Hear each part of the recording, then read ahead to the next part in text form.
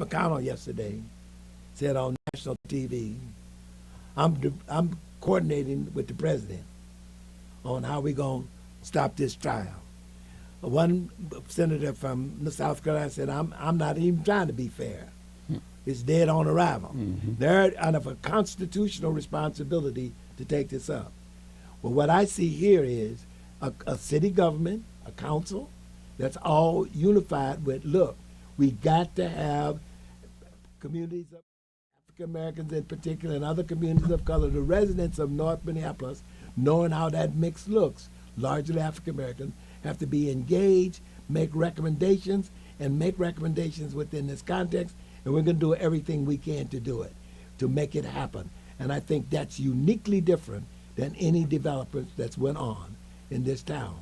But I've been around long enough to recognize them all, and it's the first time I really see an opportunity. Because let me tell you, I have no problem constructively criticizing a process that's flawed or against us. So I'm unabashedly supporting this concept and this approach, and I knew there were people called Friends of the Mississippi. They don't want anything to happen. Why? Because that's right in our neighborhood. That's on our fringe of our neighborhood, where you go down south all the way down to New Orleans. People are developing the river on both, all the way, and using that river as an opportunity for living, opportunity to see and engage with the river, which is an important asset, and also develop somewhere between 5 to 7 units of mixed-use housing. I mean mixed use, everything from low income to almost market rate. We know those kind of neighborhoods work better. And so, and again, how we define community ownership is going to be a long discussion, but I'm open to things that get a community ownership, maximize community ownership. But in order to have community ownership, somebody got to have some money. Okay? Someone's got to have some money. Talking about, I want to own something, and I got no cash. Greenback speak. So my attitude about it is, if the city's willing to put up some money, we're ready to, we can find some investors. We need to make sure that we are engaged in every process, and we do what we have to do. I give credit to United Properties. They started off with a black partner. For some reason, we all know the story, Thor went out of business for whatever reasons. And now they have brought one of their partner people on as a consultant, but they are open to bringing a whole group of other black entrepreneurs, architects, construction, whatever, into this process so they can benefit, and they're very open. The woman that's going to operate the amphitheater, that amphitheater programs and everything else is going to be decided by our community, and they're going to be open to programming it around all of our interests. But attracting people to the other harbor from the rest of the city is going to have an economic boom if we get our entrepreneurs in there to run the boutique shops, the entertainment center. Everybody knows we need a nice club that focuses on African American culture. I mean, that would be a wonderful place to put that at some of the commercial development. Idea of having commercial development on one floor and housing. There'll be ample parking. So I think it's a wonderful plan and a concept, and I think we need, as a community, we need to engage with these learning tables. They're hard for me to go to, but I try to stay as long as I can. But at 85, I got a lot of energy that wears out around 6, 7 o'clock. But I try to stay to the end. And I say this again, the people that you all are doing that's running these learning tables are committed to a transparent and open process. They give everybody the opportunity to speak. I think we've got a board of the people on the on the CAC, or people who that are still there are committed to it. And we're going to struggle. It's going to be a struggle. It always is a struggle when you're trying to do something that's new, innovative, and whatever. But I think we have the information, the tools, and the ability to track what we need to make sure we make this the best development for North Minneapolis that's been done since we moved into North Minneapolis. So Bill, I'm thank encouraged. you. I know you got to leave, but thank Yeah. you so much for being here. I'm Al McFarland. This is Conversations with Al McFarland. You just heard the voice of Bill English, and also here in studio, Eric Hansen, who's Director of Economic Policy and Development for the City of Minneapolis, the city's Planning and Economic Development Department. James Trice is here. James Trice is the founder and CEO of the Public Policy Project and the organizer,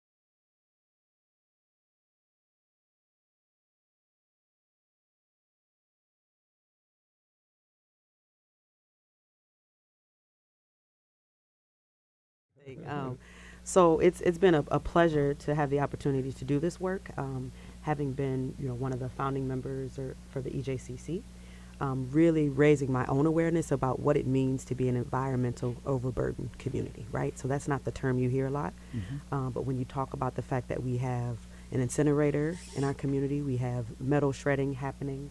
There are all types of toxins and carcinogens that go into our environment.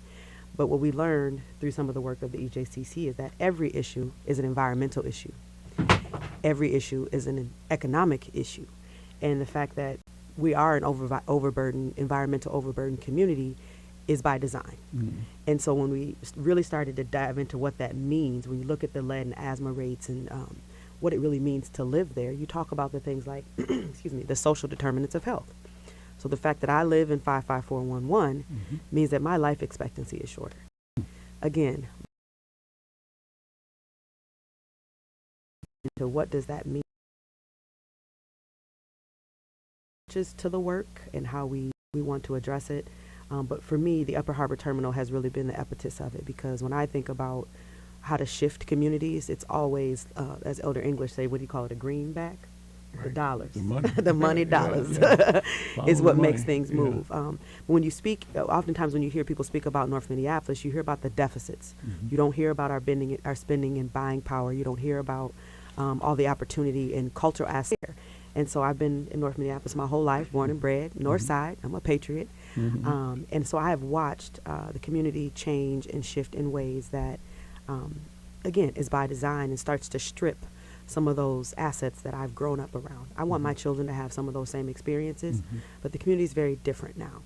And it compels me to take action. And I had this opportunity to work with the Public Policy Project and Pillsbury United Communities, with support from Ignite and the City of Minneapolis and Minneapolis Parks and Rec. So we're all at the table together to figure out how to do this in a way that, the way I like to frame it, so that North Minneapolis is the direct financial benefactor of whatever is built there. And what we've been hearing from the community, I would say 95% of the people that I encounter when I'm out flyering or, talking to people about coming to the learning tables, they get really excited. They say, well, I've heard a little bit about this, or you have folks who were very involved in the beginning and didn't necessarily like the direction that it was going, who are now looking at re-engaging in the project. Were the fears? Why did people reject, or what suspicions were they reflecting or acting out of or speaking out of? Well, dare I say the G word? gentrification, Yeah, right? But yeah. the reality of North Minneapolis has already been gentrified. Mhm. Northeast Minneapolis has already been gentrified. I heard a concept listening to, who was it, a couple of days ago, and I hadn't heard this language. Maybe I mentioned this the other day, but someone made the connection between colonizers, now gentrifiers. And so they tried to suggest that this is the same movement, the same spirit.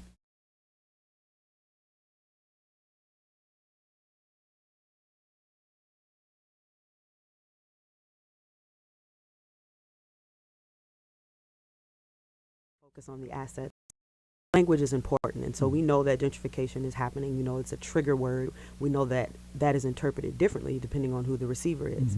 But when we talk about things like anti-displacement, to me that values what already exists, and saying that there's worth and there's value there, and there's something worth protecting and keeping and raising up in a way that it's seen as an asset, both in what you might consider mainstream conventional society, and then what we value differently in our community.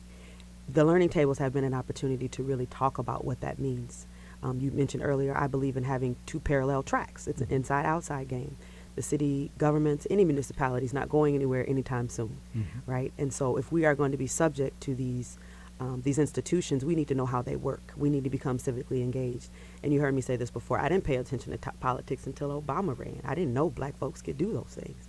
I didn't know that we could advocate for policy and help shape policy until I encountered Elder Michael Chaney, and he took me to Capitol Hill with him, right? And so I hadn't been exposed to these things.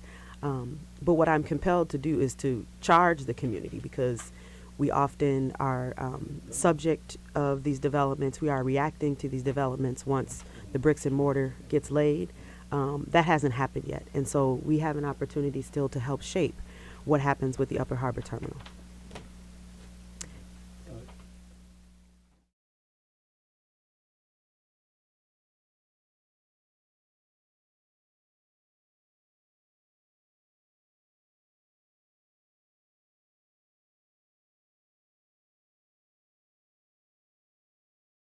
Our community direct benefactors of whatever takes place at the Upper Harbor Terminal. I mean, that's at the end of the day, that's what we want to happen. Something that benefits the health, wealth, and well-being of North Minneapolis residents. Something that all North Minneapolis residents, no matter how old or young you are, that you can see something at the Upper Harbor Terminal that benefits you, that you can say, I agree with that, I attach to that, this resonates with me, I appreciate this. Something that everybody can enjoy. And I think at the end of the day also to really connect black folk, communities of color, native communities back to the water, back to where life is, right? So they can have that direct connection. And then something that they can enjoy. I mean, that at the end of the day, that's what we want. And something they can say, I had a part in making happen, right? That they can say, hey, I participated in that, and I'm enjoying what's taking place here now. That's at the end of the day. Let me throw an extra voice into this conversation, not planned at all, so totally unscripted. On the phone with me is Alexander O'Neill. Alexander, are you there? Wow. Alexander, Yes, I am. How are you, my friend? I'm great. How you doing?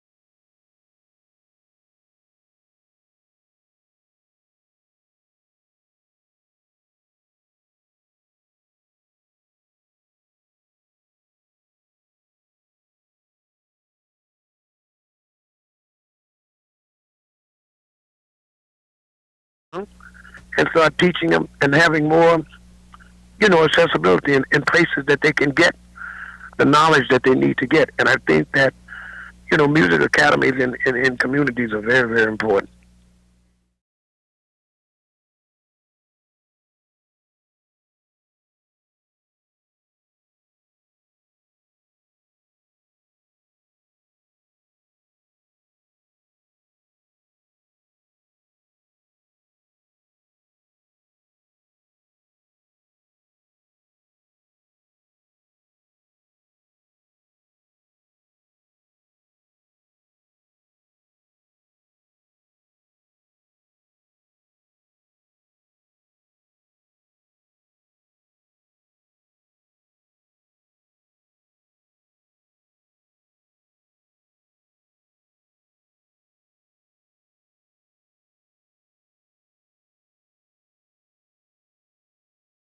Here in the Twin Cities, it's going to be a wonderful time.